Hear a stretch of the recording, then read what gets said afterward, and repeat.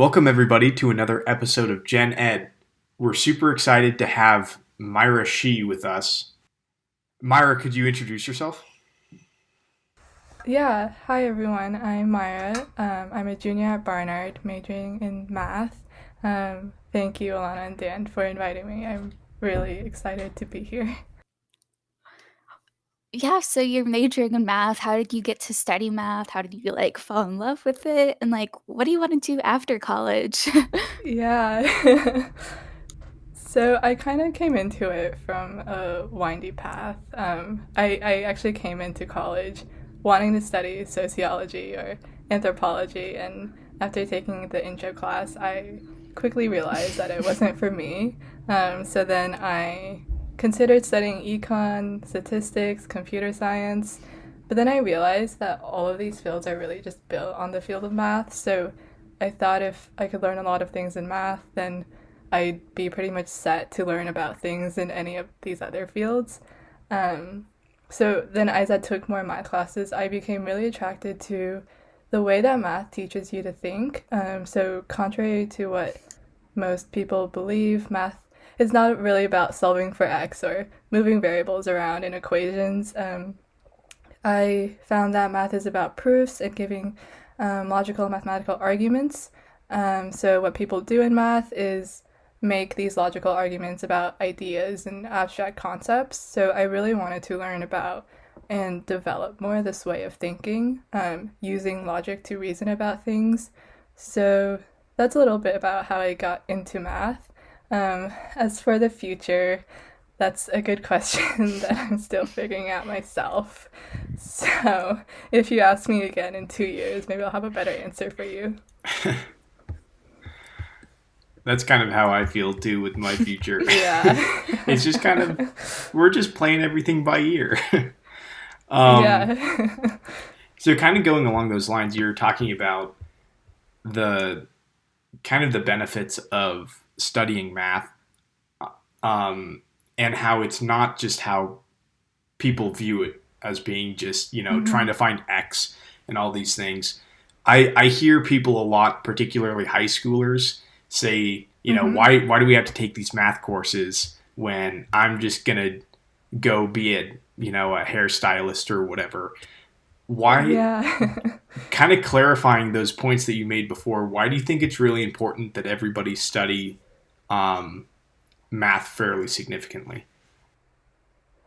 Yeah, so I actually hear that a lot too. It's a very natural response, I think. And I can give an easy answer with what most people think of when they think of math, which is applied math, so stuff actually involving equations and numbers and models. So without math, we really wouldn't have stuff like engineering, right? Like how do we know that this bridge won't fall? We won't have economics because how do you barter or price things without considering values and payoffs? What else? We wouldn't really be able to make any sense of data without statistics. Um, Google wouldn't have their PageRank algorithm. And maybe I'm being very dramatic, but I really do think that math is the foundation of anything we build. So, like physical structures, financial systems, technology. There's a quote from a professor at MIT that says, you can find applied math in every department except for math, which I guess brings me to the harder question to answer, which is like, why do we care about pure math? Which is more about abstract ideas and things we don't actually observe in the real world. How is this kind of math useful? And it's really not useful in your everyday life. So, from what I've seen, pure math really isn't about real world applications. I don't think mathematicians do math with the question of how can this theorem or proof be applied to the real world. But still, there are like very important and practical things that came out of pure math.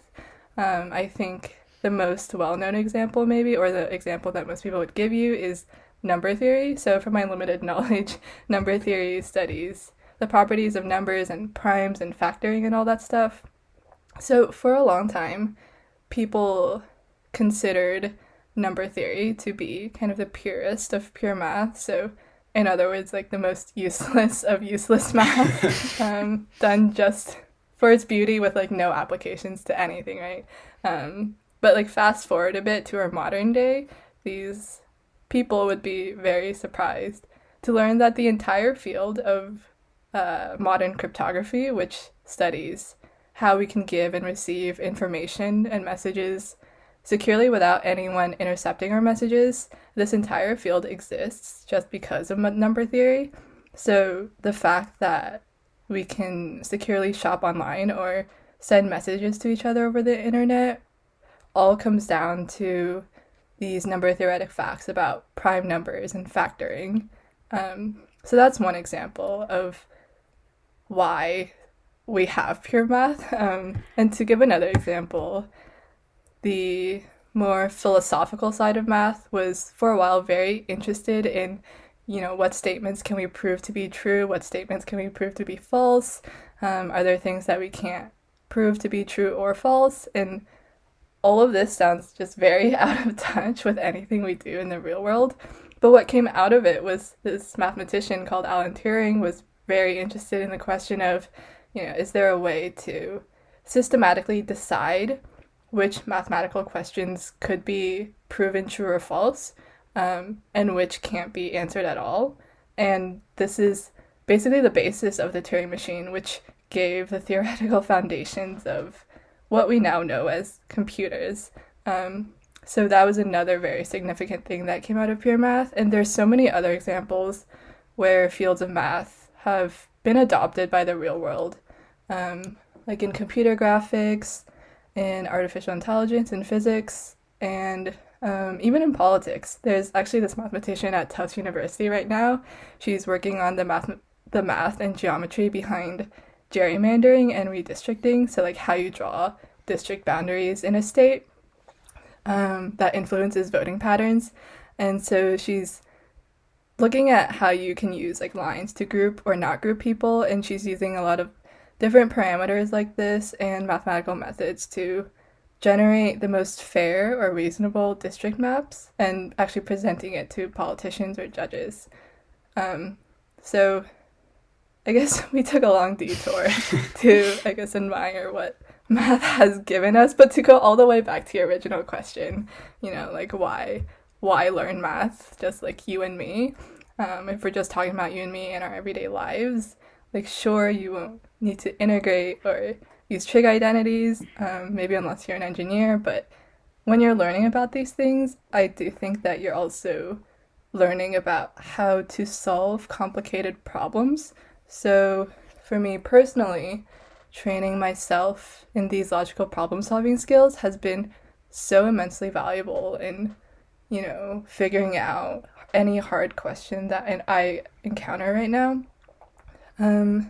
But the problem is that, in high school math classes, intro level college math classes, teachers or professors don't really emphasize that. And I think if they did, many more people would find math to be cool and fun rather than something that's useless and, even worse, scary.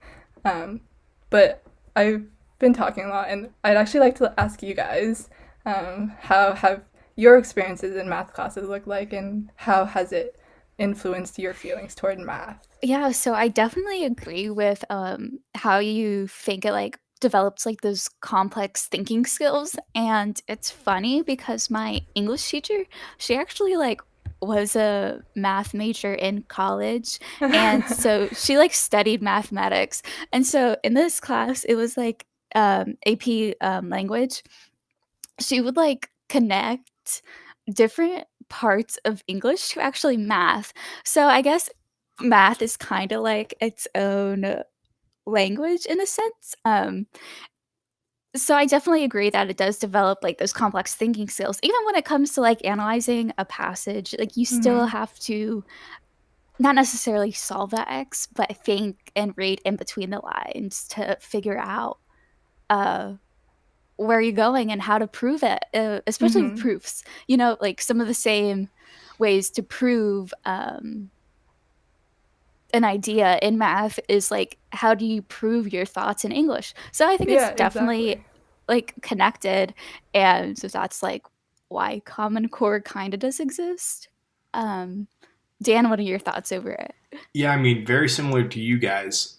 I think everyone in college should take an intro math class and an intro to computer science class because I think that those two together build a lot of this logical reasoning skills that you guys are talking about. More specifically, a step by step process of thinking through problems Mm-hmm. and just moving through, an issue um, with as reasonable and as planned out of steps as possible.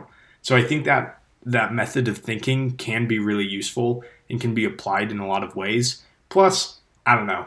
I'm I'm not really a math nerd, but I think math when you truly understand it is also a little bit fun. So I think that Yeah, yeah. it can be fun and it really does really can help build those logical reasoning skills that you guys have been talking about. Yeah, I mean, there is this, I guess, problem in math. I think that a lot of people face, where it's this feeling that if you don't understand something right away, then you'll never understand it, or you're just bad at math. And I used to think this, but I've come to realize that this idea is actually kind of ridiculous because if you're playing like piano for the first time and you can't get all the notes right, you won't give up right away because you know that if you practice, you'll get better. And, you won't say that you're bad at piano without having practiced it before. And as you were saying, with like understanding math, as with anything, like understanding math requires lots of practice and seeing concepts over and over again. And I've like struggled a lot, and there are so many times that I was just so frustrated because I didn't understand something. But I've really come to realize the importance of persistence and not giving up because something is hard. So that was another valuable lesson that I've learned from all of this. That's a really good point that you make. I think that math is one of those things where kind of when we're young, we think like, "Oh, I'm either good or not good at math," or "Oh, I'm either good or Mm-hmm. not good at sports," or "I'm not good or good Mm-hmm. at this." When nothing really works like that. Obviously, there are people who are better at one thing than another kind of naturally, but for the most part, it's just because Mm-hmm. those people enjoy that subject more and thus do it more.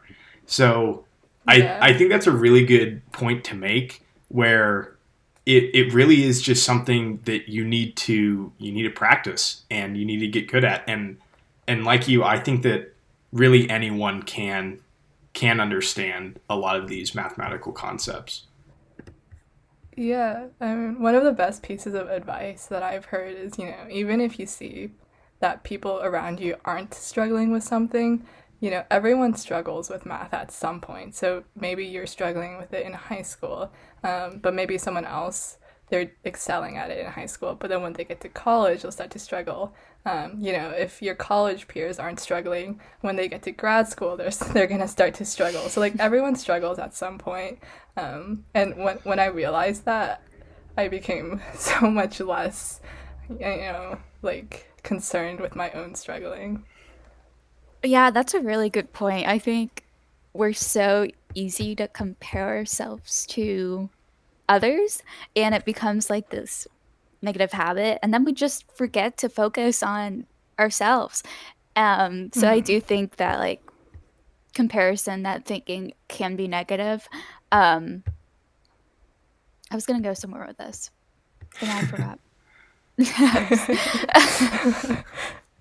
Oh, okay, math. I am currently struggling in calculus, and I'm just like wondering, like, how do people just like come up with these different theories and these different like theories are fundamental of like calculus? Like, how did just people like come up with this?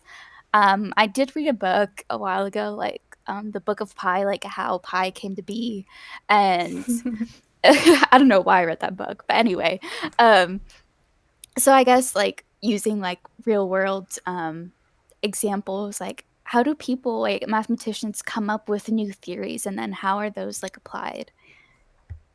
Yeah, so I actually don't know. I don't know if I have a good answer to that question. Um, I think a lot of math is about finding patterns. And so I think that, it's applying something that you might know from somewhere else to this new strange thing. But when you're applying it, maybe you can find something that's similar. Maybe you find something that needs tweaking. Um, it's really a whole process. I read this book about this theorem called Fermat's last theorem, and it's basically like, let me see if I can get this correctly, but there doesn't exist, a number greater than, I think, 3, such that the equation, like a number n, let's say, a to the n plus b to the n equals c to the n. You can't find a's, b's, and c's to fill that in. And it took mathematicians a few hundred years just to solve that. And even though, the question could be stated in such simple terms, in the end, you have to go into all this mathematical machinery, beyond like what you and I will ever know or, understand. And so it really is an interesting process. And the fact that, it could take so long for mathematicians to like prove such simply stated equations or theorems is really fascinating. I guess going back, I brought up pi, and and you actually did a wave course called Counting Infinities, Yeah. and I guess pi keeps going on like on and on and on. I know like 30 digits of pi. I was bored one day and just like memorized them. Um, so, but anyway, like, how can you possibly like comprehend such like a large idea of infinity, and how would you define infinity? Yeah. So, I guess in the simplest terms, infinity is the idea of something that is never ending or goes on forever. Um, and to kind of comprehend it, I think the first place where we really start playing with infinity is when we learn about limits in calculus. So I guess if you imagine that we're walking on a really long path, so the question of limits is, what happens if I just kept on walking along this path forever? Um, and so let's say the path has chalk markings with every counting number, so like 1, 2, and 3, and so on. And so you know that if you keep on walking on this path, you'll eventually hit all of the counting numbers. So that's maybe one example, infinity. So let's say now that it's a sequence of numbers, and as you walk along this path, you might notice that with every next number you reach, the numbers start looking more and more similar to each other, or maybe you're getting closer and closer to a certain number, and that's kind of where the idea of limits come from. And so if you walk maybe on a graph of a function, does that path start getting closer to and closer to something as you keep on walking toward infinity? Um, so maybe when phrased that way, that might be a less intimidating way of thinking about and working with the concept of infinity. Do you think that the concept of infinity is kind of misunderstood by the general populace? I don't know if I'd say it's a misunderstood concept because to everyone you ask, infinity represents something that's endless and goes on and on. Um, but rather, I'd say unless you're studying math or have an interest in math, it's something that's relatively unexplored. So though we know all the basic no, we all know the basic notion of infinity. Very few like middle school or high school teachers will really go into it. And so, actually, for my course at Wave, I wanted to explore infinity and something that mathematicians or people who don't study math or people who do study math know that most other people don't know, which is that there are actually different sizes of infinity, which is what a mathematician named George Cantor discovered. Could you actually go more in depth? I didn't know there are like different types of infinity. And who is Gregor like Cantor? How did he like come up with um this idea? Yeah, so the first thing he did was he came up with a way to talk about sizes of infinite sets. So, usually, when we are trying to determine if two groups of things have the same size, we just count them, right? But that's a bit harder to do when there are infinitely many things within these groups. So, his idea was that two sets have the same size, or as we call them, cardinality, if we can match each element in one set to another element in another set. And this matching has to be one to one. So you can't match multiple elements in one set to one element in another. And so this works for finite sets too, because let's see, if we have 7 bunnies and 7 carrots, then we can match each bunny with a carrot and everyone's happy. But if we have like 8 bunnies and 7 carrots, then one bunny will be left without a carrot. And that's how we know that we have a different number of bunnies and carrots. So an example of maybe what this would look like in infinite sets is let's take all the positive numbers, so 1, 2, 3, 4, and so on, and then all the positive even numbers, so 2, 4, 6, 8, and so on. So if you didn't know about this concept of cardinality or matching, you might say that the set of all even numbers is larger than the set of all integers, positive integers, since to get even numbers, you take every other integer, right? But now that we know about this concept of matching, we can define such a match as something as simple like match every positive integer with 2 times itself. So 1 is matched with 2, 2 is matched with 4, and so on. And if we do this matching, we know that nothing in either set will be left out. And so the set of integers and the set of even numbers actually have the same size, or as we call it, cardinality. So then, using this concept of matching, Cantor said that we could actually have, so we can have infinite sets of the same size, as we just saw, but we can also have infinite sets of different sizes. So you might think, how is that possible? Infinity is infinity.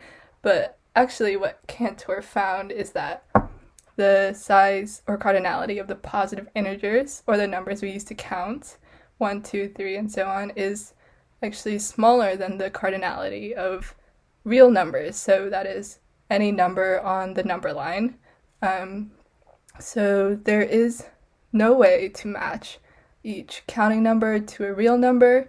And the essence of how he showed this was basically, so if we list out all the counting numbers, we know that we'll hit them all, right? So if we kept on going forever, we know that every counting number will appear somewhere on that list. But if you handed me a list of real numbers, even if the list went on forever and ever, I'd always be able to find a real number that's not on your list. So if we try to match a counting number with a real number, there will always be at least one real number that's left out with no match. And so this shows that the set of all real numbers is so much larger than the set of counting numbers that it's actually a different size of infinity.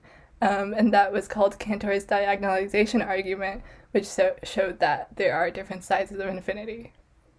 That's such a incredible concept. I mean, it both makes so much sense and absolutely none at the same time. Yeah, where yeah. where on the grand scheme of things, you're like, well, they're both going to infinity. They should be the same. But then you look at any section of the numbers and you're like, well, obviously this number's here and not there, so this set must be bigger. It's a total it's a mess in my mind. Yeah, it is a mess. And I actually didn't understand this proof right away when our professor first showed it to us. I didn't understand, that it was showing that there are actually different sides of infinity. And it took me almost a semester later to actually understand it. So yes, it's a big mess. That is. Oh, okay. No, I'm just thinking like that is so crazy. Like when I think like infinity, I kind of think like I don't know physics. Because like the universe just like goes on and on and on. Darren, do you have any thoughts about that? Like, Do I have any thoughts yeah, like about? does like is the universe like infinite? I mean, depends on what your definition of the universe is. um, because we know that the universe is continually expanding, and so presumably it is finite because it's expanding. It has an edge that is actively furthering itself, but in that it is somewhat also infinite because we mentioned the concept of limits. If the universe is continually expanding at an increasing rate, then as time continues to go on, it will continue to get bigger and bigger and bigger. And so far as we can tell, it's not going to run into anything anytime soon. So, and stop. So the universe is kind of currently finite, but is growing increasingly large and is as we as you would take a limit of something, it's going to infinity. Um, but it's also just so astronomically large that really it may as well be currently infinite. Like we can't even that's the really incredible thing I find with the distinction between infinity and kind of the counting numbers, where we can say that there are, you know, how many trillions and trillions and trillions of stars in the universe, and that's like a set number. But that number is so Hmm. massive that we can't even comprehend that. Um, Right. you know, they say like there are more stars in the universe than like pieces of sand on all the beaches in the world. You know, like that's such an incredibly massive number, yet it's counted. We have a count of it versus it being infinite. And my question is, why do we, like, what's the point of distinguishing, I guess, between that incredibly comprehensively massive number and infinity? Is it not functionally infinity? I don't know. um, and that I don't know, these topics of like kind of different sizes of infinity makes me wonder, can we mathematically define anything beyond infinity or anything? Can we distinguish, I guess, like, could you write out one infinity that's larger than another, um, kind of in the way that you were describing? Yeah, so there are things called the infinite cardinal numbers or transfinite numbers, which actually denote the cardinality or sizes of infinite sets. So the first of these numbers is the size of the smallest infinite set, which is actually the set of counting numbers. And the second is the size of the next smallest infinite set, and it just goes on and on. So, in a way, these numbers can go beyond infinity, but also, in fact, Cantor also showed that there are infinitely many sizes of infinite sets. So, given an infinite set, I can always find a larger infinite set. And so, there is no largest size of infinity. So, then technically, we could always find a transfinite number in another sort of like hard to grasp way, even though these numbers go to infinity and like these transfinite numbers also go to infinity. Um, we can always find another transfinite number that is larger than the one you hand me. So that makes this question kind of hard to answer, and it's sort of it sort of twists your mind. Yeah, I am like not totally lost, but I'm just trying to like connect it to what's in my own head, and it's just like beyond comprehensible for myself. I think this like another feeling I had was like in chemistry class when they were like, most of an atom is empty space, and like just like the smallest part of an atom, like that's how we can feel because it's just like a ton of atoms put together. So like what's the rest of it? I don't know. That's that's how I'm feeling right now. I'm like it's so crazy. I applaud you for going into mathematics and like trying to prove like these ideas that come across as like so incomprehensible. Yeah, I mean, the cool thing though with your chemistry analogy is that In chemistry, you know that these are actual physical objects that exist, right? But in math, they're not even, physical objects that exist in the real world. So you're just dealing with like ideas in your head. Oh my god. um, Just add a layer into that depth and complexity. Maybe it's just the philosopher in me, but I find something really beautiful about that concept of like taking something that is beyond like human comprehension and trying to comprehend it mathematically. Like taking these astronomically large sets of astronomically large numbers, like when we try to, wrap our minds around these concepts, at least my brain just like thinks about it for a couple seconds then shuts down. It just can't it just can't compute, you know? yeah. And yet I can I can go to my calculus class and I can write out a limit that's going to infinity that say is approaching the number 3, and that makes sense to me. That makes logical sense. And so I think that it's really really intriguing to be able to take something that we just intrinsically can't understand and then use it in a way that lets us understand it. Yeah, I mean, if you want to go philosophical, I mean, a lot of people ask like, is math invented or discovered? Is it just out there and we can't understand it, as you said, or are we actually discovering these things?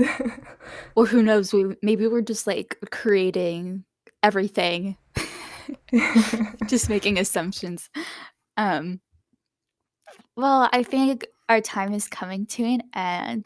This was like a mind-boggling, um, I think experience for myself, just like thinking about infinity and how everything could just go on and on and on, and then some of those could be bigger than what we could even imagine. So, thank you so much for coming on this episode, Mira. And please check out other Wave courses just like Counting Infinities, and you'll have conversations just like these. Check out wavelf.org for more information, and we'll see you next week.